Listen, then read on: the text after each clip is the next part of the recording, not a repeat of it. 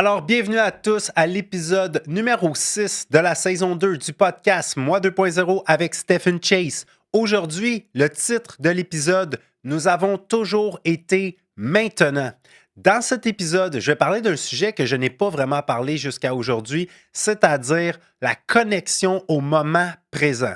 Mon intention dans cet épisode, c'est de te partager c'est quoi pour moi le moment présent?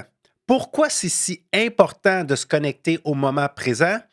Qu'est-ce qui fait que ça peut être aussi difficile? Qu'est-ce qui fait que c'est un aussi gros challenge, un aussi gros défi de se connecter au moment présent et ce constamment? Et évidemment, je vais te partager des trucs, des astuces qu'on peut utiliser au quotidien pour nous aider à amplifier, à améliorer notre connexion au moment présent. Mais avant, je t'invite, si jamais tu aimes les épisodes, tu apprécies ce qu'on fait, peut-être que c'est le premier que tu écoutes, je t'invite, peu importe la plateforme sur laquelle tu l'écoutes, à t'abonner au podcast. Également, tu peux partager le podcast, laisser des commentaires sur les épisodes, c'est très apprécié. Alors, on démarre l'épisode tout de suite après ceci. Bonjour, ici Stephen Chase, ton guide dans ce voyage passionnant vers la découverte de ton potentiel illimité. Prépare-toi à devenir la version 2.0 de toi-même. Bienvenue dans Moi 2.0, le podcast avec Stephen Chase. Donc, pour commencer, c'est quoi pour moi le moment présent? Ben, c'est la seule chose qui existe. Tout le reste n'existe pas. La seule chose, en fait, dont on est sûr à 100%, c'est ce qui se passe ici et maintenant, dans l'instant précis. Donc, ici, le lieu dans lequel je me retrouve, présentement, c'est le studio dans lequel j'enregistre le podcast. La seule chose dont je suis vraiment sûr, c'est ce qui se passe ici. Et dans l'espace-temps, la seule chose dont je suis vraiment sûr, c'est ce qui se passe dans l'instant précis. Pour moi, c'est ça le moment présent, c'est le ici et maintenant. Et dans mon monde à moi, peut-être pas dans le tien parce qu'on n'est pas dans le même lieu, mais dans mon monde à moi, dans ma perception, dans ma vie, la seule chose dont je suis sûr à 100%, c'est ce qui se passe ici et maintenant. Tout le reste, je ne peux pas en être sûr. Pour moi, c'est aussi simple que ça, le moment présent. Le jour où j'ai vraiment entendu parler de cette notion-là, c'est une de mes clientes que j'avais qui s'appelait Marceline. Salut Marceline, si jamais tu écoutes l'épisode. Et elle m'avait parlé d'un livre, un classique du développement personnel qui s'appelle Le pouvoir du moment présent de Eckhart Tolle ou Eckhart Tolle, je ne suis pas sûr exactement comment on prononce son nom, The Power of Now en anglais. Et elle m'avait parlé de ce livre-là, elle m'avait recommandé de le lire.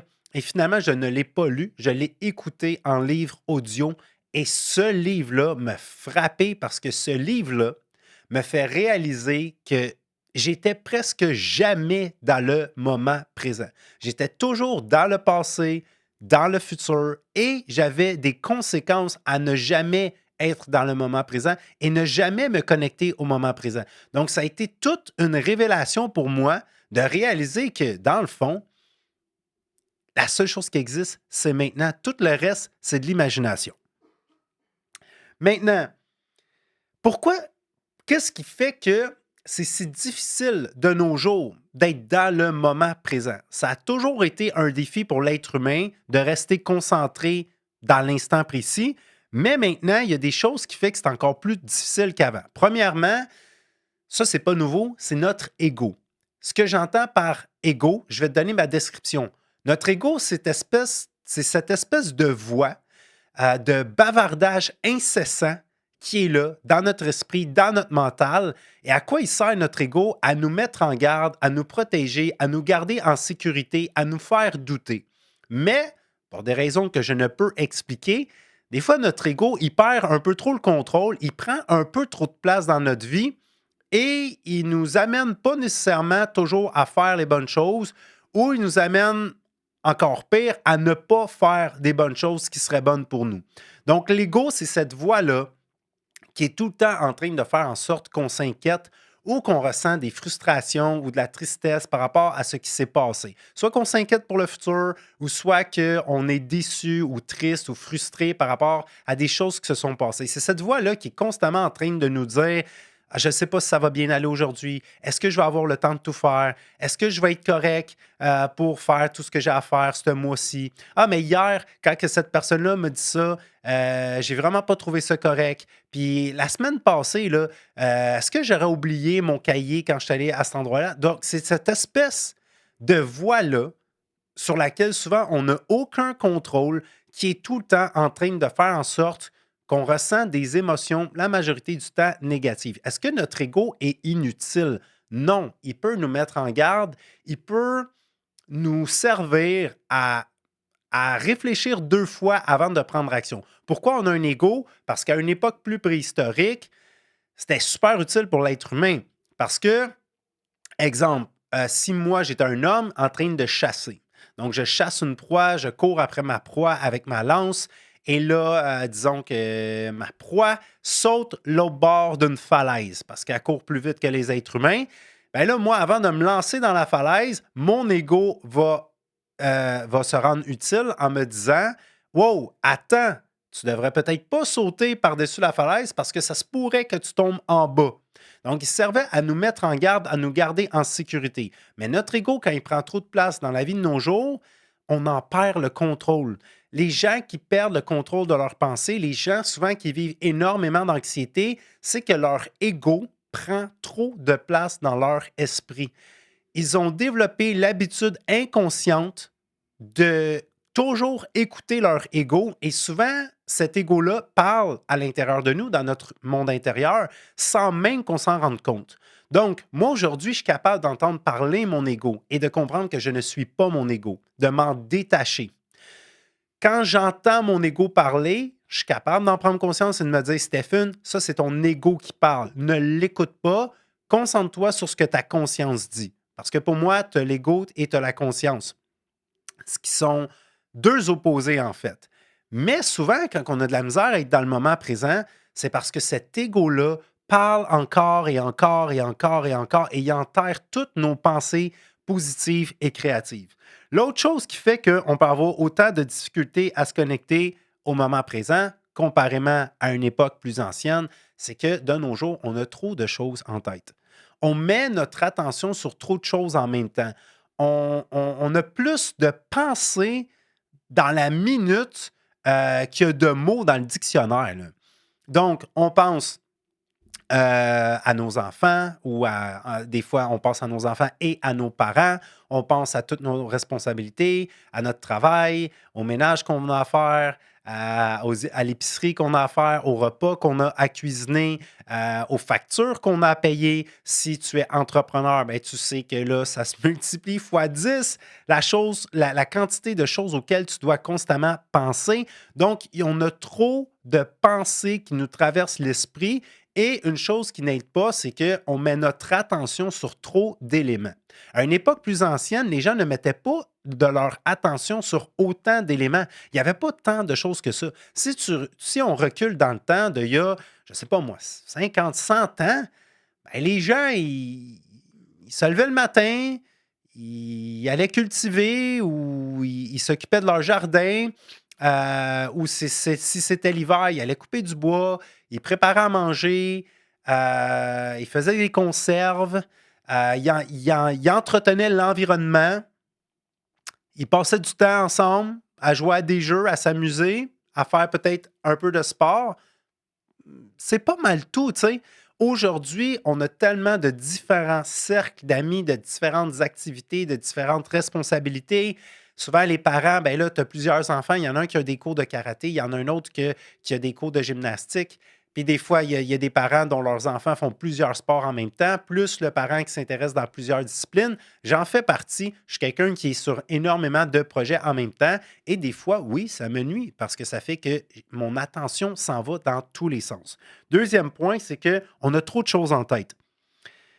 Le troisième point, qui est selon moi le plus catastrophique, c'est les écrans, mais surtout les réseaux sociaux dans lesquels on va consommer une immense quantité de contenus différents et des contenus d'une très courte période qui n'ont rien à voir les uns avec les autres. Parce qu'on s'entend que dans le fond, la connexion au moment présent, c'est d'être capable de rester de garder toute ton attention sur un élément pendant une longue quantité de temps. D'être concentré à faire ce que tu es en train de faire là, d'être concentré en train de regarder ou d'écouter ce qui se passe autour de toi dans l'instant présent pendant une longue quantité de temps. Et qu'est-ce que ça fait des applications? Je ne vais pas nommer les noms, mais dans certaines applications où on écoute une quantité incroyable de cours vidéo, un après les autres, des cours vidéo avec du contenu qui a absolument rien à voir les uns avec les autres, ben, on habitue notre cerveau à ne jamais rester longtemps sur le même élément, mais non seulement à ne pas rester longtemps sur le même élément, mais à mettre ton attention sur des choses qui n'ont rien à voir les uns avec les autres. Si tu écoutes une très grande quantité de vidéos sur la confiance en soi, ou sur comment jouer du piano, ou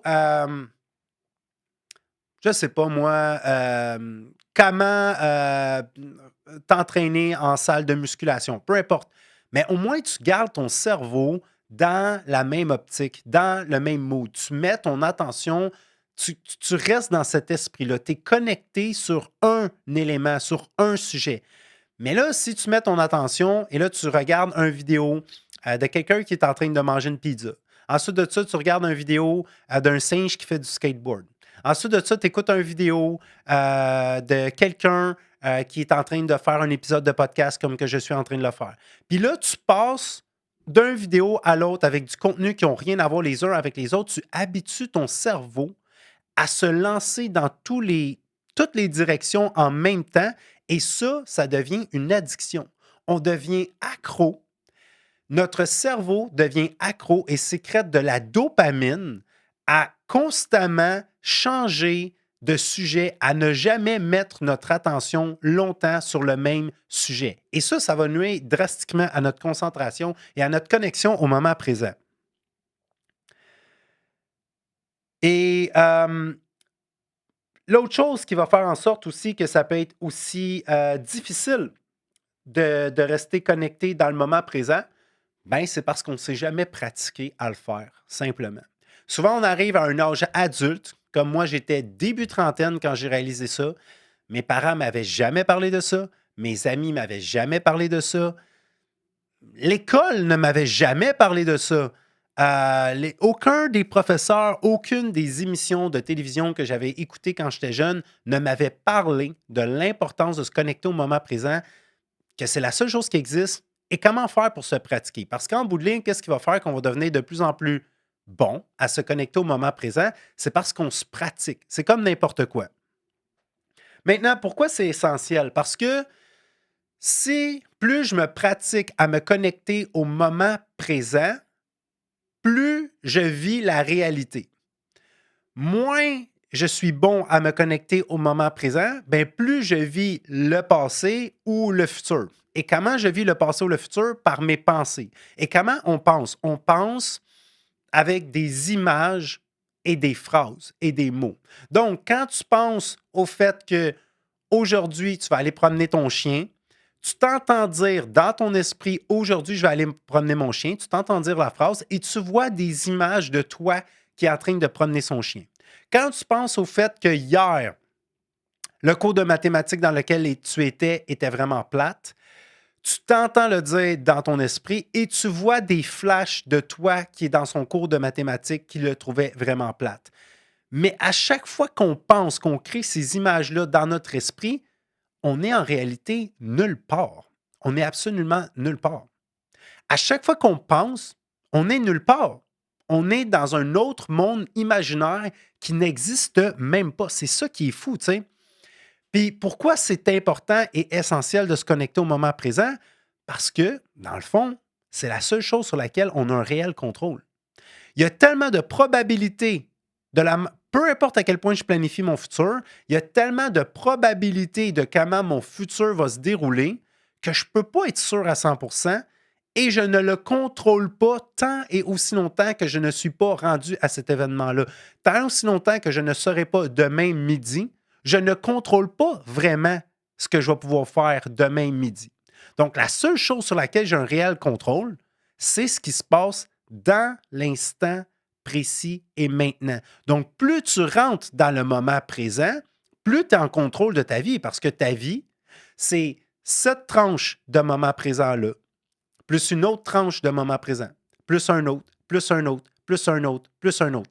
Donc, si tu t'habitues à contrôler ce moment présent-là, plus celui-là, plus celui-là, plus celui-là, c'est la seule manière dont on est vraiment capable d'avoir un véritable contrôle sur notre vie. C'est en étant tout le temps en train de contrôler dans le moment présent. Est-ce que ça veut dire qu'il ne faut pas planifier, ne pas imaginer le futur? Pas du tout. Je vais en parler un petit peu plus tard dans l'épisode.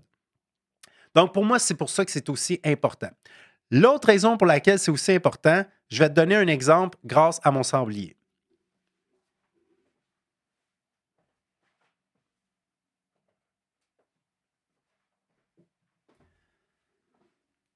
Donc, j'aime ça représenter le moment présent grâce au sablier que j'ai ici. Désolé pour ceux qui font juste écouter l'épisode, mais vous allez peut-être comprendre quand même ce que je veux dire. Ceux qui regardent, ben regardez, vous allez voir, ça vaut la peine. Donc, on va dire que ça représente ma vie. En haut, c'est mon futur. En bas, c'est mon passé. Et la fine ligne au milieu où les deux parties, les deux entonnoirs se joignent, c'est l'instant présent. La seule chose dont je suis sûr à 100%.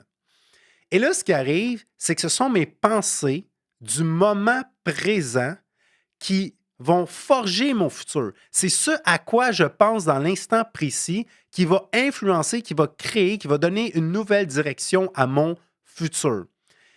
Si mes pensées du moment présent sont le passé, quelqu'un qui est pris dans le passé, qui n'est pas capable de se détacher d'un événement qui s'est produit dans sa vie, ben là, ses pensées du moment présent sont le passé, ce qui fait qu'il ramène constamment son passé dans le futur. Et là, tu vas vivre une espèce de boucle où est-ce que ton moment présent, ton passé et ton futur sont toujours les mêmes parce que tu n'arrêtes pas de penser au moment présent, au passé, c'est-à-dire. Maintenant, si je prends le temps d'avoir des pensées constructives par rapport à mon futur et je décide de comment je veux que le futur se passe et je m'organise pour y penser, bien, il y a probablement beaucoup plus de chances que le futur se passe comme j'aimerais qu'il se passe. Tout ça parce que dans l'instant présent, je prends le temps de réfléchir à comment je veux que le futur se passe. Donc, c'était ça mon exemple avec le sablier. Maintenant, les astuces pour se connecter au moment présent. Bien, il y en a plein. Puis, on peut en trouver sur Internet partout. Je vais te partager mes favoris. Le premier, c'est la respiration. Pourquoi la respiration est si importante que ça? Premièrement, réfléchis à ça. C'est la chose qui me garde en vie. Je peux arrêter de manger, je peux arrêter de boire de l'eau, je peux arrêter de faire n'importe quoi. Je ne vais pas mourir instantanément. Mais si je ne respire plus, je meurs. Après peut-être 1 minute ou 2 ou plus pour des personnes qui ont des capacités cardiovasculaires très impressionnantes. Donc, quand tu te connectes à ta respiration, tu te connectes à ressentir l'air qui pénètre dans tes poumons et qui en ressort, bien, premièrement, tu te connectes à la chose la plus essentielle de toute ta vie, c'est-à-dire respirer. Peu importe comment ça va financièrement, peu importe comment ça va dans ton couple, peu importe comment ça va au travail, peu importe comment ça va avec tes enfants, peu importe comment le reste de ta santé va, si tu ne respires plus, tu meurs.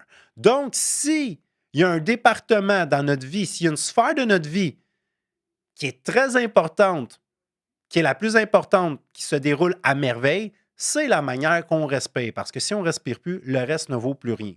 Ensuite de ça, ça nous amène à se connecter à notre corps. Le corps est toujours dans l'instant présent. L'esprit, lui, ne l'est pratiquement jamais. L'esprit, soit dans le passé, soit dans le futur, mais est très rarement aligné avec le corps au point d'être 100% connecté dans le moment présent. Donc, quand je me concentre sur ma respiration, mes poumons qui se gonflent et qui se vident, qui se gonflent et qui se vident, ben, je me connecte à mon corps et je me connecte à l'élément numéro 1 qui me garde en vie. Le deuxième, un autre truc pour se connecter au corps, puisque mon corps est toujours dans l'instant présent. il ne peut pas être dans le futur. Ton corps ne peut pas être dans le passé, il ne peut pas être dans le futur. Il est toujours dans le maintenant. Et qu'est-ce qui nous amène à nous connecter à notre corps principalement? Nos cinq sens. Notre vue, notre ouïe, notre toucher, notre odorat et notre goûter. C'est les cinq sens qui nous aident à se connecter au moment présent. Puis en plus, quand tu te connectes à tes cinq sens, tu es sûr que tu ne te trompes pas. Tu es sûr que tu es dans la réalité. Donc, tu peux faire cet exercice-là. Soit que tu y réfléchis ou soit que tu l'écris littéralement sur papier. Qu'est-ce que je vois présentement? Et là, tu vas analyser tout ce que tes yeux peuvent percevoir. Que tu sois à l'intérieur ou à l'extérieur, tu vas noter tout ce que tu vois. Ça va t'amener à vraiment te connecter 100% dans ton sens de la vue.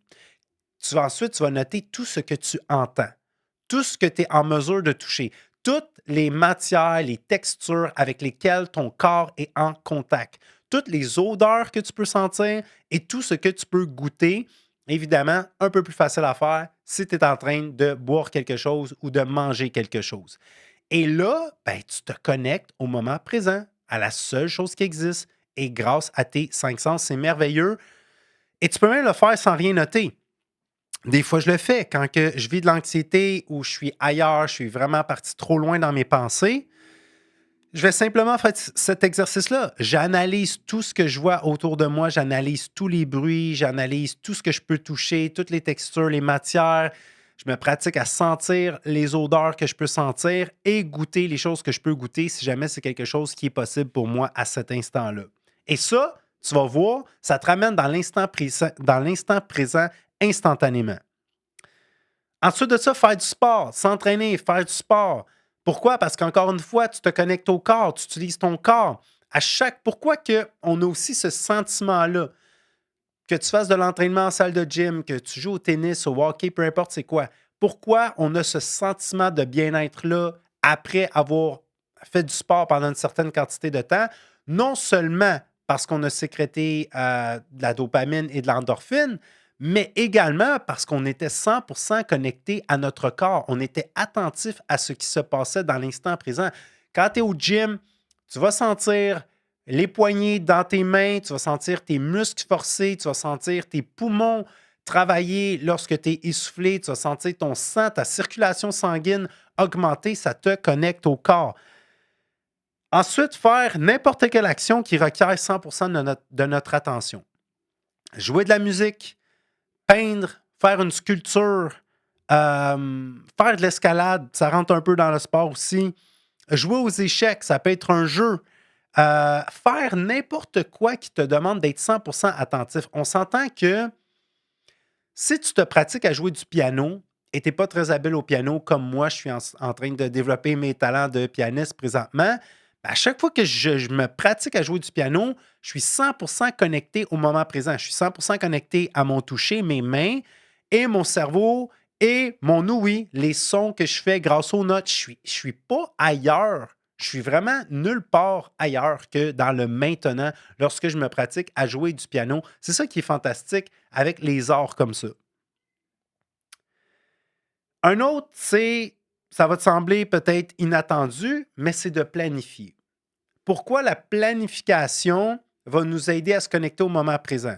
Parce que je vais mettre mes pensées sur papier. Je vais ordonner mes pensées et quand je prends mes pensées, je les sors de mon esprit, je les sors de ma tête et je les mets sur papier et je crée de l'ordre dedans. Ben déjà là, ça va être beaucoup plus facile pour moi d'arrêter de penser et de me connecter au moment présent parce que toutes les choses que j'avais à faire, toutes les choses que j'avais peur d'oublier, à quel moment je devais faire ces choses-là, pendant combien de temps je devais faire ces choses-là, qu'est-ce qui était important de faire en priorité, je mets tout ça sur papier. Donc, si je mets tout ça sur papier ou dans ton agenda électronique, une fois que tu fermes ton application ou ton agenda, ben, ça devient beaucoup plus facile d'arrêter de penser et d'être connecté dans le moment présent. Une autre chose qui m'aide, quand je vois que je suis trop loin dans mes pensées, je me pose la question suivante. Si c'était ta dernière journée, Stéphane, comment tu agirais aujourd'hui? Parce que malheureusement, c'est peut-être ta dernière journée.